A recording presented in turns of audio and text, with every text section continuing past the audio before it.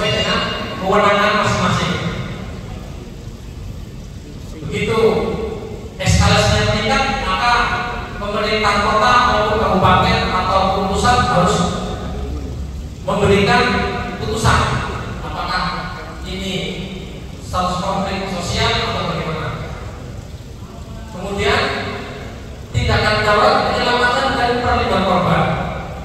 Dengan terjadi konflik sosial tentunya tidak menutup kemungkinan adanya korban-korban yang berjatuhan, maka kita memerlukan perlindungan korban. Tentunya pemerintah di sini sudah menyediakan baik dari perlindungan secara fisik maupun secara mental.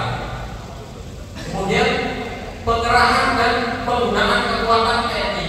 Hanya apabila eskalasinya meningkat, maka akan diberdayakan kekuatan tambahan dari TNI.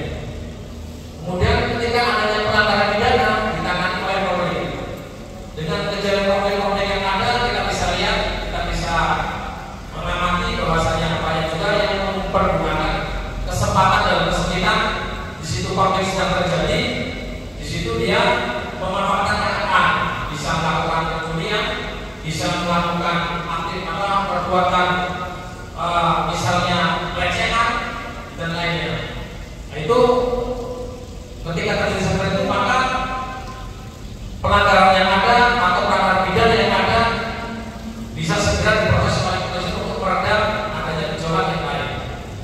Kemudian tertib sipil atau darurat militer. Jadi tergantung daripada eskalasi menurut penilaian daripada pemerintah. Lanjut.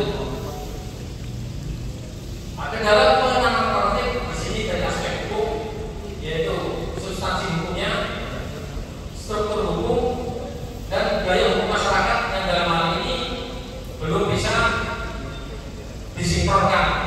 Mungkin pelan-pelan dengan adanya pengalaman-pengalaman yang ada, pemerintah bisa mengambil pengalaman yang terbaik untuk mengatasi hal-hal yang mungkin pada saat itu belum ada. Kemudian aspek lain yaitu sarana dan prasarana serta pendanaan.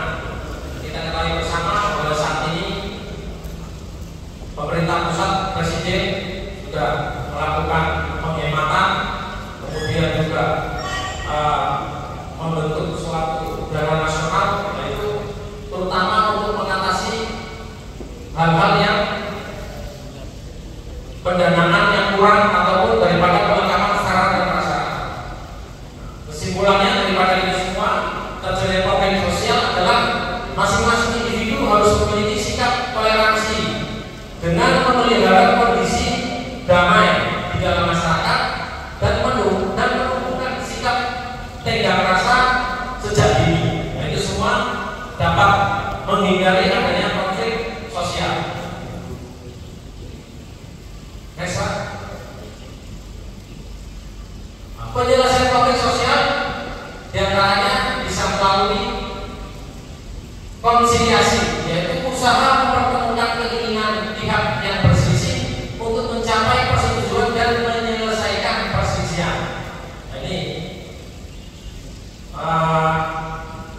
penyelesaian yang pilihan penyelesaian yang dapat kita lakukan. Kemudian ada juga mediasi, yaitu usaha penyelesaian sengketa melalui proses perundingan untuk memperoleh kesepakatan para pihak dengan dibantu oleh mediator. Ini juga kita biasa lakukan dalam demonstrasi, mungkin dari pihak perusahaan atau karyawan, supaya tidak terjadi keributan, maka di mediasi, di mediator. Kemudian juga ada arbitrase, yaitu kekuasaan untuk menyelesaikan perkara melalui kebijaksanaan. Ini bisa diambil oleh pihak-pihak kekuasaan pemerintah ataupun aparat. Kemudian juga ada negosiasi, itu proses tawar-menawar dengan jalan berunding untuk memberi atau menerima guna mencapai kesepakatan antara satu pihak. Dengan terjadinya kesepakatan atau ada negosiasi tersebut, maka konflik sosial bisa diredam.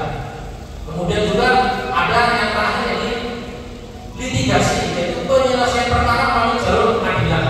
Ini tentunya upaya yang paling terakhir apabila upaya-upaya yang telah dilakukan butuh, karena mitigasi ini jalannya sangat panjang dan berliku-liku, memerlukan tenaga, pikiran dan juga biaya.